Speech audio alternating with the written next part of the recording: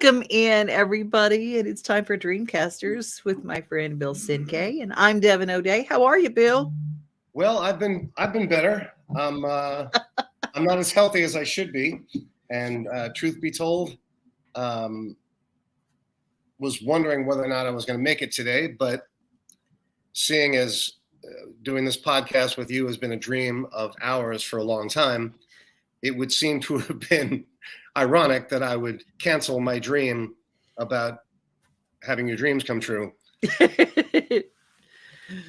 Thank you for saying that. It's a dream that we have talked about. We've wanted to have, we started with, we want a radio show, and then we never could find ourselves in the same town, and it just kind of didn't work out for that. And then this came up, and it's like, hey, we can be in the same town virtually.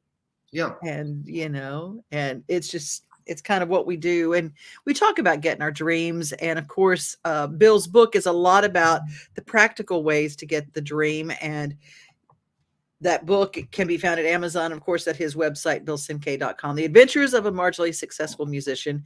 Also available, we just got our book credits this week for Audible. If you have an Audible membership like I do, I pay $9 a month to have my membership, and I get 1 credit a month. And last month I downloaded your book. Oh, thank you. It was like, yes, it's like it's in my library, and it's really wonderful, you guys. And it's got some new stuff that wasn't in the first book. Yes, actually, it's got a lot of new stuff. My audiobook is 9.5 hours long. And that's a surprise to anybody who has never had lunch with me. Anybody who's had lunch with me knows I can talk for 9.5 hours. But no. Well, we both can talk. And what we're going to talk about today is what's so special about today is we're going to talk about roadblocks. We're going to talk about roadblocks and the incredible number of people who mean well in our lives, who can do more to destroy our dreams than people who don't know us, can't stand us, more than our enemies. Our enemies can say things about us and we can kind of ignore it. But people who love us and mean well and want to take care of us can give us all the practical reasons why going into music or going into something shouldn't be our way to go. They can tell us why everything, well, but shouldn't you consider being an accountant? Not that there's anything wrong with being an accountant. Everybody needs an accountant. And it helps to be a good accountant if you're in music. Yeah, well, I think with anything, I always remember there was an episode of Star Trek, which I always like to reference pop culture. Yep. Back in the 60s, William Shatner. Now, it's not even that I was a big fan of the show. I wasn't. But there was this one particular episode where he's talking to a young man, and the guy is pursuing a woman in intergalactic time and space. One of those things. Yeah. And William Shatner says to this guy, in this world, there are a million things you can have and a million things you can't have.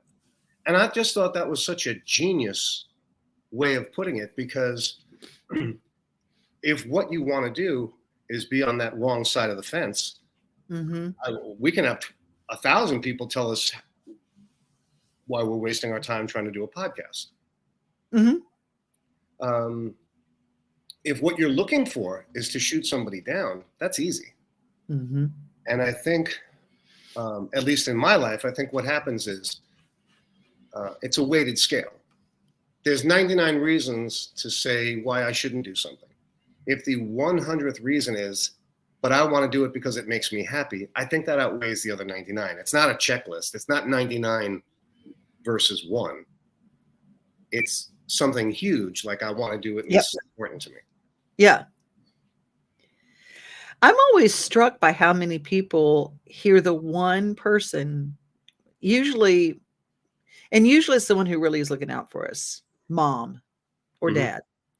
Mom or dad can say, well, shouldn't you take some electric classes, like, and know how to be an electrician? Shouldn't you take some, what's on your schedule here? I mean, what do you mean you're studying all this? I mean, how's that going to help you? There's that kind of voice that comes in, and it somehow has this weight. And one of the things that I have learned about the weight of a parental figure is, one, they always want the best for us. Mm-hmm. They always do. They want us to be able to afford life, and they want us to be happy. But two, their fears project onto us. The things they were afraid to do, maybe they couldn't muster that kind of courage that it's going to take, or thick skin to approach your owning your own business, being your own boss, going out and trying something that's really hard. Maybe they said, well, wouldn't you? Because they don't want us to have our hard lives. They want us to have better lives than they had. So I think it always, and it helped me in my perspective, rather than to run screaming out the door, well, I'll do what I want, which is what I did. Which is what I did. Probably a lot of us. Yeah, but coming back to it, I think now I look back and I go, oh, they were afraid for me. They worried about me. And it helps us with when we go for our dreams to have that perspective. It's not that they were against our dream, is they wanted to hold us in this protective little shell. For the most part. I mean, now there might be some parents out there who didn't want the best for their kids. I'm not going to say across the board all parents are great, but I had great parents, so I can't really say that. And I know that they just wanted the best for me. So I don't have to carry that as a resentment, because resentment is a big roadblock to a dream. Well, that should probably be a bumper sticker. Because I will say in my life, my parents, kind of like what you were saying, I had great parents, and we were pretty much poor. I mean, we certainly didn't have money. And my parents were very worried about me being a musician, because particularly back then when I started, it was the late 70s. Mm-hmm. Musicians was equated with guys that sleep all day and do drugs. And no. I'm not being snarky. I mean, no, that's in the 70s. That's what it was. And just being an air personnel, a disc jockey, same thing. Yeah. Same exact thing. I have too much respect for our audience for me to make it sound like that's trivial. It really was. Oh no, I'm sure you're a good singer, and the guitar sounds wonderful, but it wasn't about the guitar or singing. It was about drugs. It was about this horrible lifestyle that you're going to jump in a van and drive across country and not make any money, that you're going to wind up living on your girlfriend's couch, right? It was about all that. My parents were worried. And yet the balance, which is why I will always say that I had such wonderful parents, the balance there was this. On Friday night, I'd play that little restaurant. My mom and dad were sitting in the first table. Mine too. Right? So they were able to put aside the fear, even if it was momentarily, even if they had to smile through the tears kind of thing. Maybe they went home and, oh my God, I hope he doesn't do this for the rest of his life. Mm-hmm. But they did strike that balance where they did not give me roadblocks. But I had friends and teachers and family. I remember, I guess I'm okay mentioning a company name. IBM was a pretty big company for a very long time. Yeah. I worked for IBM as a part-time job when I was in college, stocking shelves and things like that. And the manager said to me, you realize we would love to have you work full-time for us. If you go to school for anything, you could go to school to be an art major. As long as you were full-time, going to school, when you graduate, we'd give you a job here. And I said, no, thank you. I'm a musician. And he kind of laughed at me. He said, you mean to tell me that you would turn down a job with IBM? You already have 2 years of school. Go to school for another 2 years. You go work here part-time. You'll make twice as much, in those days, minimum wage was $3. To make $6.50 an hour, those of you that are old enough to remember what 1979 was like, oh my goodness, you hit the lottery, right? Yeah. And I said no, and he was befuddled. I bet mom and dad were befuddled then too, probably a little bit. Yeah. Oh yeah. Yeah. They, and it was the same kind of thing. You sure that's what you want to do? And I said, oh yeah, I'm positive. Now I look back on that now, that manager guy would never understand. At least my parents had the foresight to look around the corner a little bit and say, well, I think he's going to be okay. And they knew that. And they knew their kid. They knew the Yes. kid that they raised. They knew Yes. their kid. Elizabeth always has a great insight. I understand now their worries and fears for me. Their fears have never been my fears, though. And Well, that's good that she knows that. Yeah. it's amazing, and it takes a lot of work to get to that place. She adds, I needed to grow up in order to be able to look back and truly know that they wanted the best for me. Me too. I mean, I'm going to be honest. I said the knockdown dragouts that I had with mom and dad when my leaving was not quiet. Mm-hmm. It was not quiet. And I have some regret about that. I wish it had been a little bit more peaceful, but I was never a real peaceful person in those days. I've become peaceful in my old age. I'm a little bit more zen. Yeah. But then I was pretty much fit to be tied in this world. But that's okay too, because we just all got to find out our own ways. And I was determined the only way through a roadblock was to kick it down. Yeah. And the roadblocks come in all sizes too. Mm-hmm. There are some people who look at somebody and say, oh, what a tremendous roadblock because you don't have enough money. I didn't have any money. I didn't see that as a roadblock. Someone looks at you and says, well, you don't have the education. Well, I'm very proud of who I've become.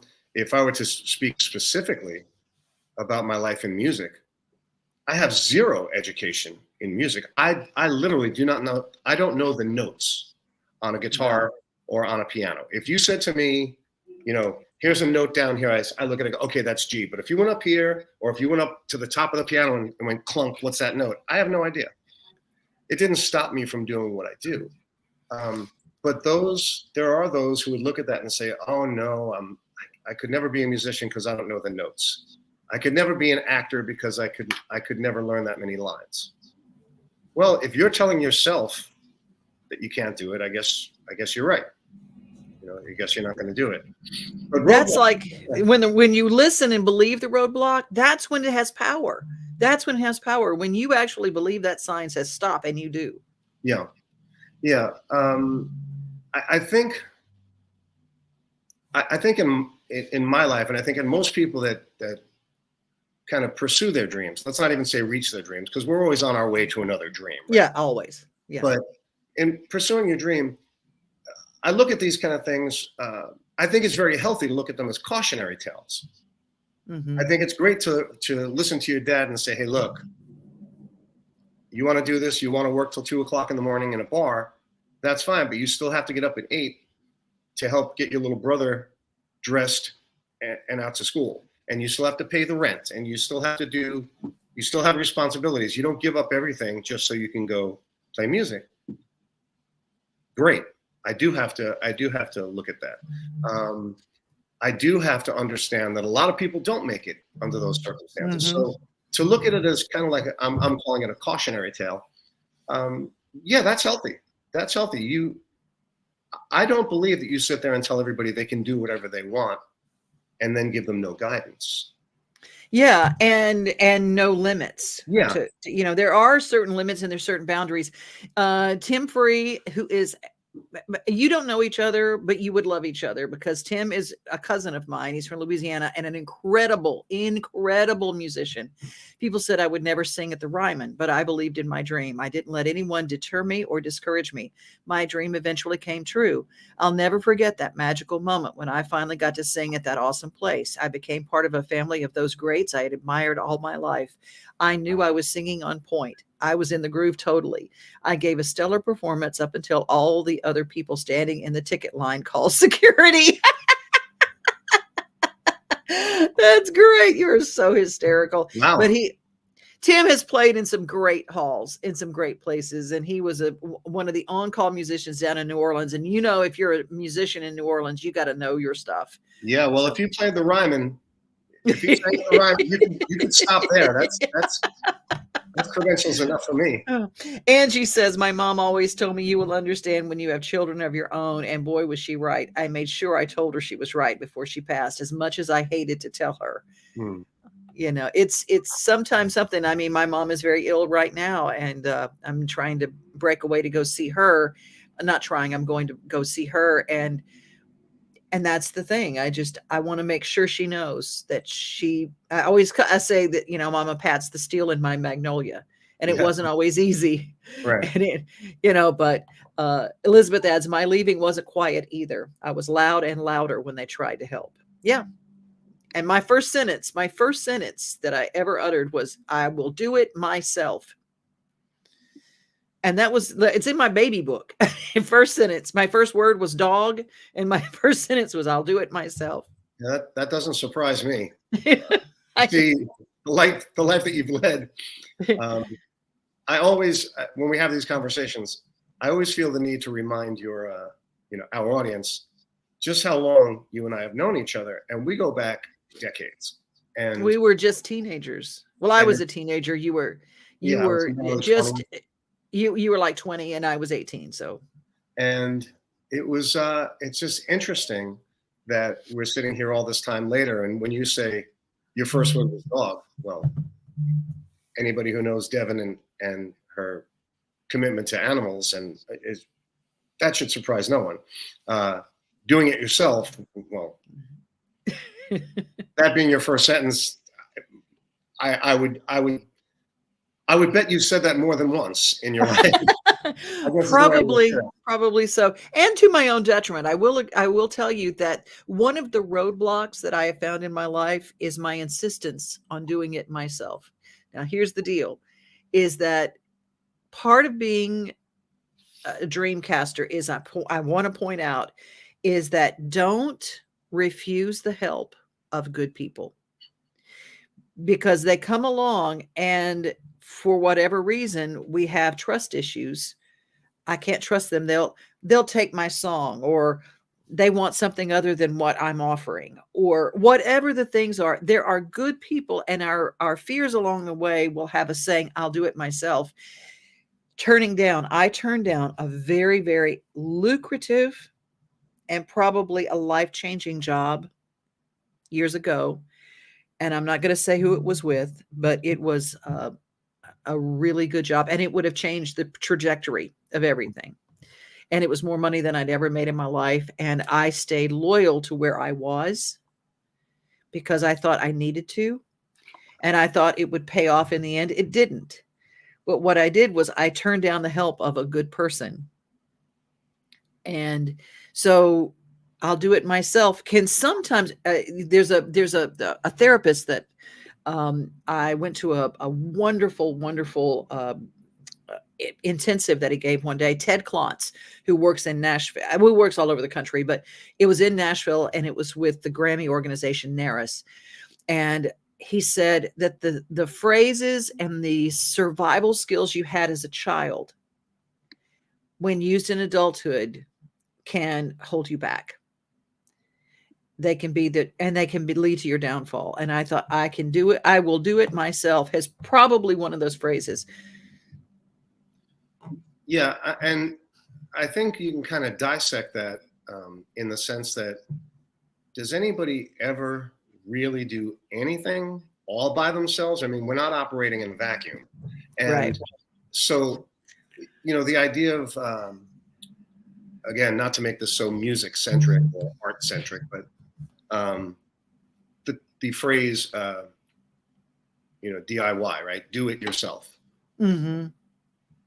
That is all over. That's all over every artistic page, everything is, no, I'm going to do it myself. I'm an actor. I'm going to write my own play. I'm going to direct it. And you say, well, but you're going to need a lighting director. You're going to need a casting agent. You're going to need help along the way. You're going to need people to help finance it. You're going to need even the smallest production. If you ever know any actors, the smallest production is still a big production. It takes a lot of people and a lot of moving parts. And so it can be, that's your own roadblock, is when you say you want to do everything yourself, because you're probably not going to get a lot done. It's like Elizabeth, first word was no. The first sentence was do it myself. That's it. It proves over and over and over again. And there are certain types of people, but I will venture to say that I want to do it myself as a little kid is probably the thing. That's probably a lot of us did that. And we have to learn how to let the right people in. We have to learn what that looks like. For the negative people in life, Bill, how do you handle, and I call it friends, because friends are sometimes more influential in our younger years than our parents. Our parents Yeah. get really, really wise as we get older. Right. Their words kind of come back and we go, man, my mom, my dad, they're the smartest people I know. Now, when we're 25, 26, that's not the case, not necessarily the case. So Right. what did you do with the friends that were influential in your lives that were really didn't have your best interest at heart? I think a lot of the time I got mad, and I wish I had some words of wisdom that I can say how I dealt with this with namaste. And no, I don't think it went that way. What I got mad. I remember. It's so funny.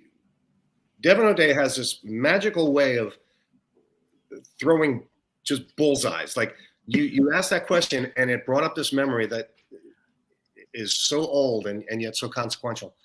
I remember when I was about the time that I met you, maybe. Mm-hmm. And I had like a local band in Westchester County, New York, which is just north of New York City. And a couple of really good musicians. And they used to play with some of the, what we call the oldies bands, the Coasters and the Drifters. Mm-hmm. And this was back then. This was back in the early 80s. And I was so excited saying, hey, these guys, are going to join my band.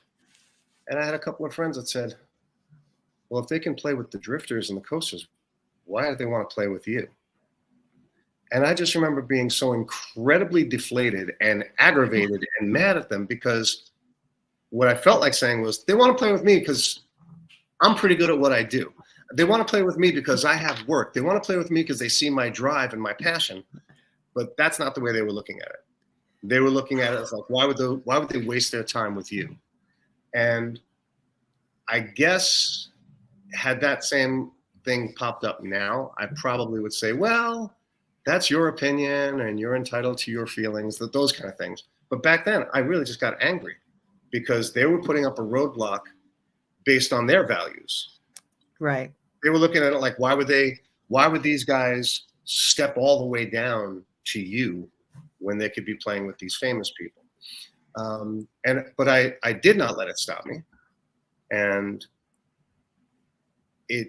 I probably learned a lot from that because my anger didn't get me anyplace. All it did was teach me. I'm glad it happened. I'm glad it didn't last. I think that was the balance. Is it happened enough? It was a jab, right? It wasn't a punch. It was a jab. And, but I didn't hold on to it in the bad way. I remembered it. And there's a difference. There's a difference in holding on to it and remembering. There's a difference. Well, that's, the term forgive and forget, I always thought was kind of laughable.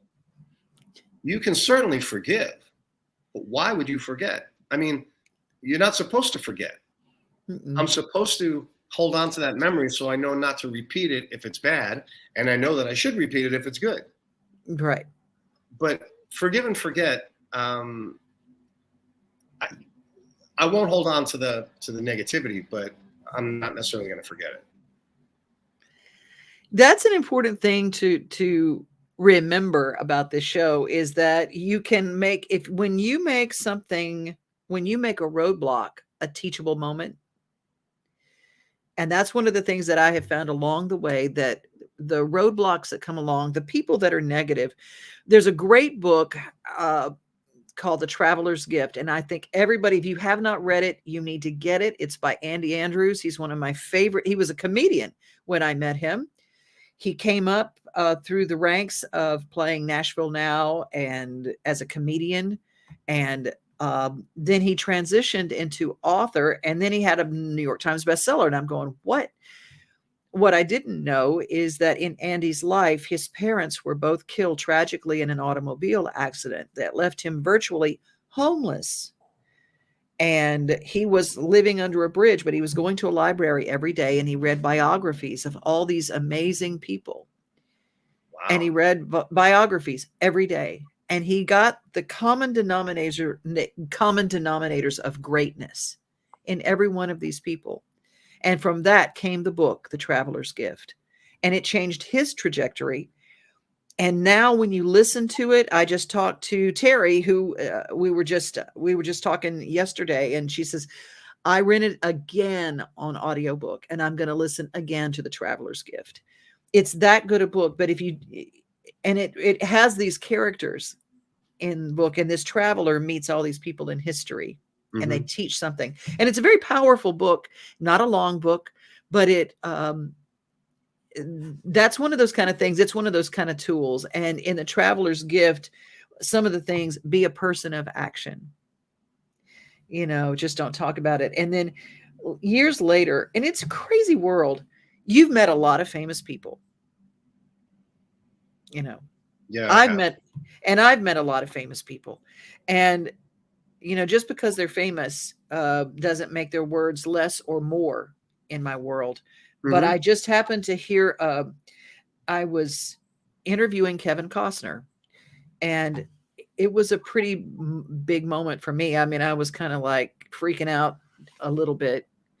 Understandably so, yeah. Yeah, I was freaking out. It was on the phone, or he couldn't see me like fangirling completely. So I didn't make a complete fool of myself. But he said, Devon, here's my key to success. Don't tell anybody what you're going to do. And I thought, okay. He said, because before you get out the door, people that you love, people that you respect will tell you all the reasons you can't do it. But if you go ahead and do the thing, then they'll all want to jump on board the boat. Yeah. He goes, will you fail? Chances are, yeah. Because if you try anything, chances are you're going to fail. He's about, nobody's going to remember your failures. They're going to want to be on your boat because of your successes. They'll forget your failures. He said the life expectancy of a failure is very short. Everyone knows that Edison made the light bulb. They don't remember how many times he failed to get there.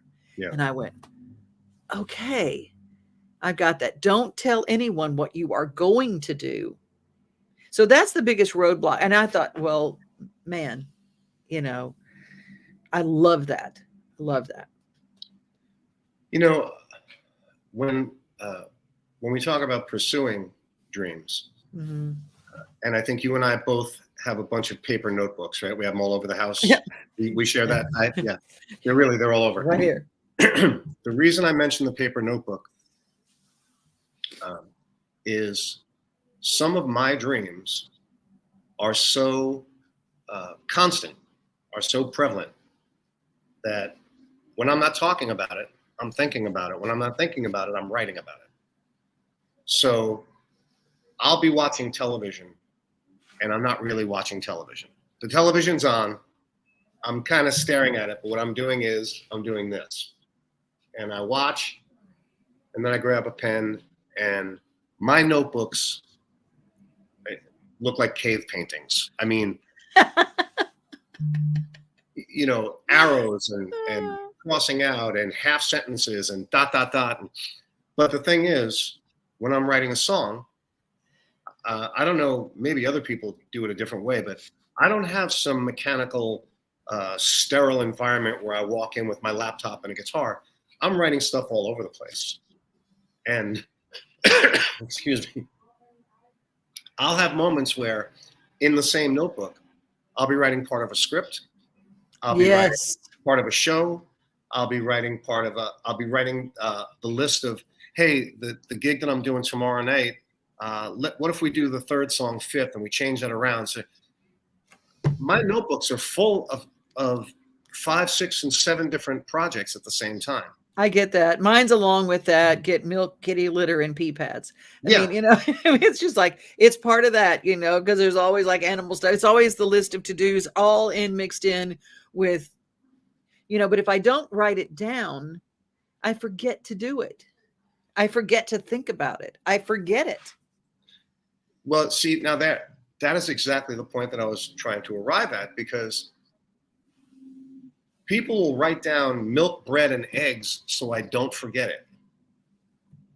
Why don't you write down some of the other items that you don't want to forget? Like, hey, I want to learn how to cook Chinese food. I've been talking about it for 5 years. I never did it.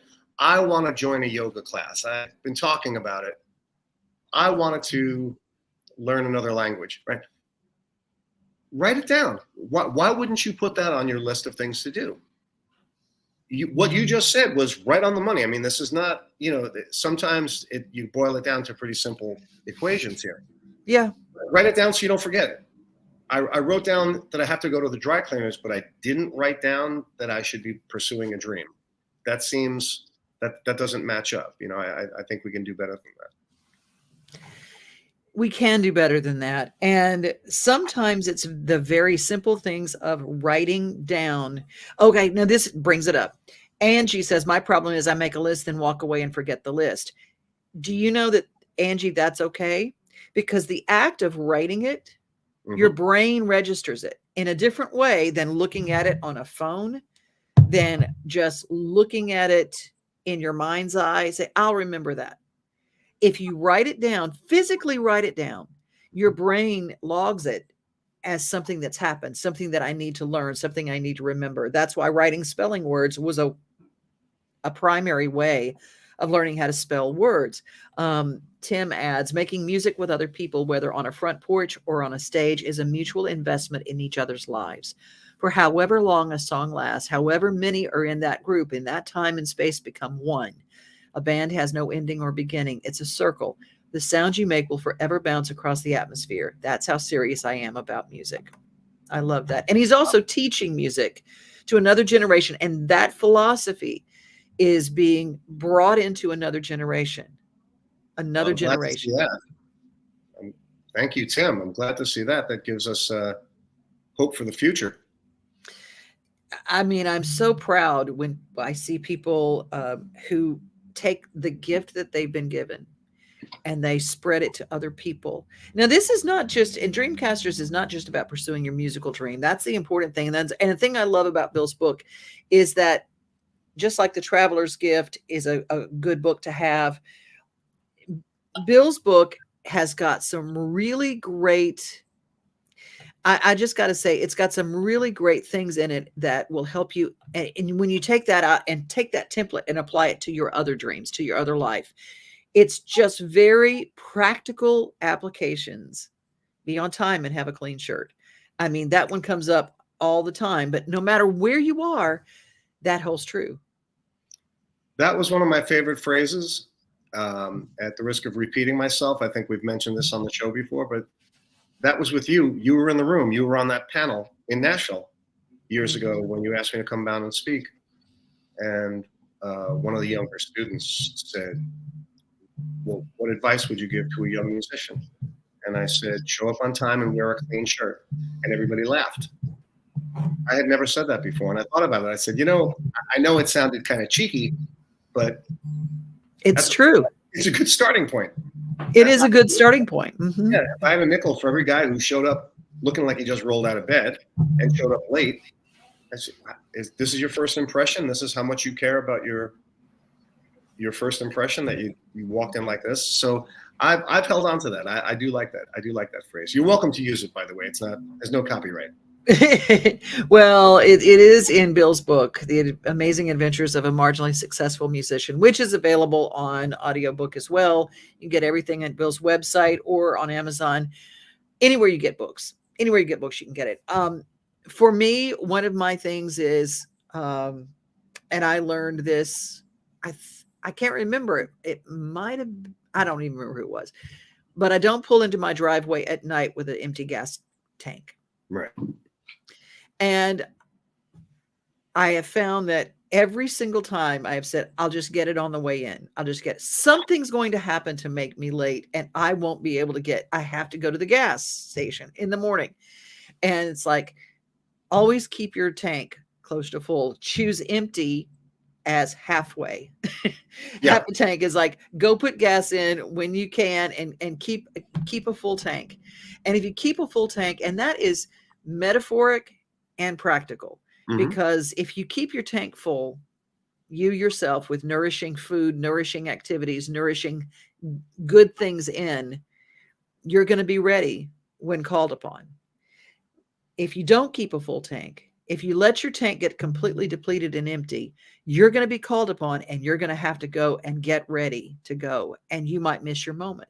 So always keep your tank full and read good things.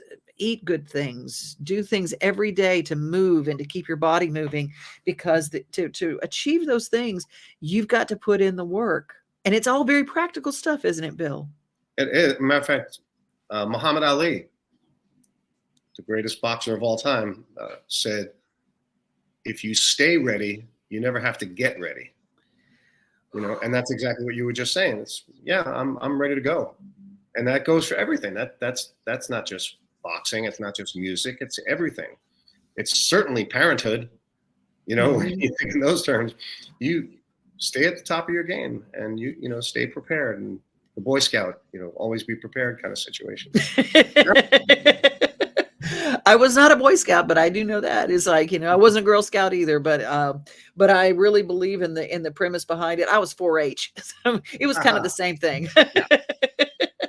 Well, Bill, it has been wonderful. Everybody, we are here around the midday every Tuesday, and we just are so glad that you join us. Follow, subscribe, and share. This is Dreamcasters, and Bill also has another business. So if you would like to tell him a little bit about it, if you'd like to get some one-on-one, just some little fortification to go with the to fight the roadblocks, you have an amazing hypnotherapy process to help with that.